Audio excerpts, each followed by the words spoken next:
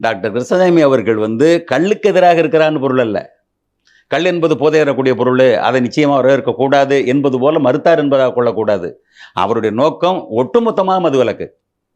அவர் டாஸ்மார்க்கையும் ஒழிக்கணும், கல்லையும் சேர்த்து ஒழிக்கணும் அப்படிங்கிற நிலைப்பாட்டில் தான் அவர் இதை சொன்னாரே ஒழிய, டாஸ்மார்க்கெல்லாம் வரவேற்று கொண்டு கல்லை அவர் நிராகரிக்கிறாரு, கல்லை மட்டும் போதை தரும் பொருளாக அவர் பாவித்து பேசுகிறாரு என்பதாக கொள்ளக்கூடாது. அப்படி சொல்லலை அவர்.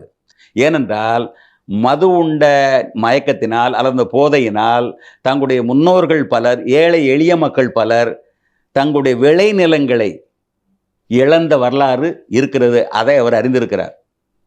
அதே போல தான் டாக்டர் ராமதாஸ் அவர்களும் சொல்லுவாங்க, குடிச்சு உடம்பை கெடுத்த, குடும்பத்தை கெடுத்த, உன்னுடைய உடமையாக இருந்தக்கூடிய நிலபுலன்களை எல்லாம் இழந்தீங்க. அப்படிப்பட்ட ஒரு வேதனையோடு அவர்கள் முன்னெடுத்தது தான் டாக்டர் கிருஷ்ணசாமி அவர்களும் சொல்றாங்க. எனவே ஒரு டாஸ்மாக் பத்தி பேசின மாதிரியே தெரியல. இல்ல, பொருள் என்ன, அதான் கல்லை நிராகரிக்கிறாருன்னா அவர் டாஸ்மார்க்கையும் நிராகரித்தான் இது பண்றாங்க. ஏன்னா டாஸ்மார்க்கை வரவேற்று பேசினதாக அவருக்கு கிடையாது.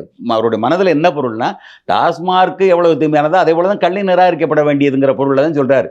ஏன்னா டாஸ்மார்க்கை வரவேற்றுட்டு இதை நிராகரிச்சான்னு சொல்ற பொருள் நம்ம எடுக்கக்கூடாது. அப்படி அவர் சொல்லவும் மாட்டார் என்பது தெரியும்.